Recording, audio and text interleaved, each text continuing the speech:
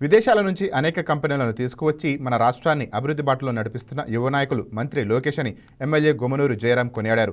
మంత్రి లోకేష్ జన్మదినాన్ని పురస్కరించుకొని అనంతపురం జిల్లా గుంతకల్ నియోజకవర్గంలో తీసుకురావాల్సిన గుత్తిలో భారీ ర్యాలీగా వెళ్లి ఎన్టీఆర్ విగ్రహానికి పూలమాలలు వేసి నివాళులు అర్పించారు.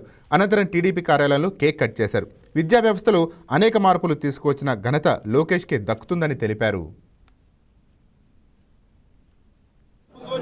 5 కోట్ల ప్రజలకి వాళ్ళకున్న పిల్లవాళ్ళకి భవిష్యత్తుగా స్కూళ్ళు, కాలేజీలు, ఎంప్లాయ్మెంట్ అన్ని రకాలుగా ముందుకు తీసుకువెళ్లాలని చంద్రబాబు నాయుడు గారు పెద్ద ఆయన అడుగుజాడల్లో నడుస్తూ తల్లికి వందనం అనే కార్యక్రమం, ఆయన విద్యాశాఖ మంత్రి అయిన తర్వాత తల్లికి వందనం అనే కార్యక్రమం రాష్ట్ర ప్రజలు ఎంతో చాలా సంతోషంగా ఉన్నారని చెప్పారు. ఆనాటి ఒక్కరికి అమ్మకి వడిస్తే మన నారా లోకేష్ అన్న ప్రతి ఇంటిలో ఆడబిడ్డలు కానీ అన్న తమ్ములు కానీ వాళ్ళ ఇంటిలో ఒక్కరు కాదు 5 మంది పిల్లలు 10 మంది పిల్లలు సంతానం ఎక్కువగా ఉన్న సందర్భంగా ఆ పిల్లవాడిని చదివించుకోలేని పరిస్థితి ఉంటుంది.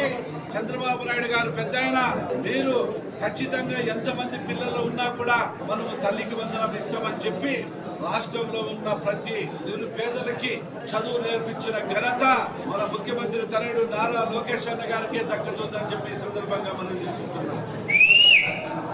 అది కాకుండా యువతకి కూడా పెద్దపీట వేసి యువతని ముందుకు తీసుకురావాలా, రాజకీయాలు అయితేనేమి అన్ని రకాలుగా వాళ్ళని ముందుకు తీసుకోవాలని ఒక పెద్దపీట వేసే నాయకుడు మన నారా లోకేష్ అన్న గారు అని చెప్పొచ్చు.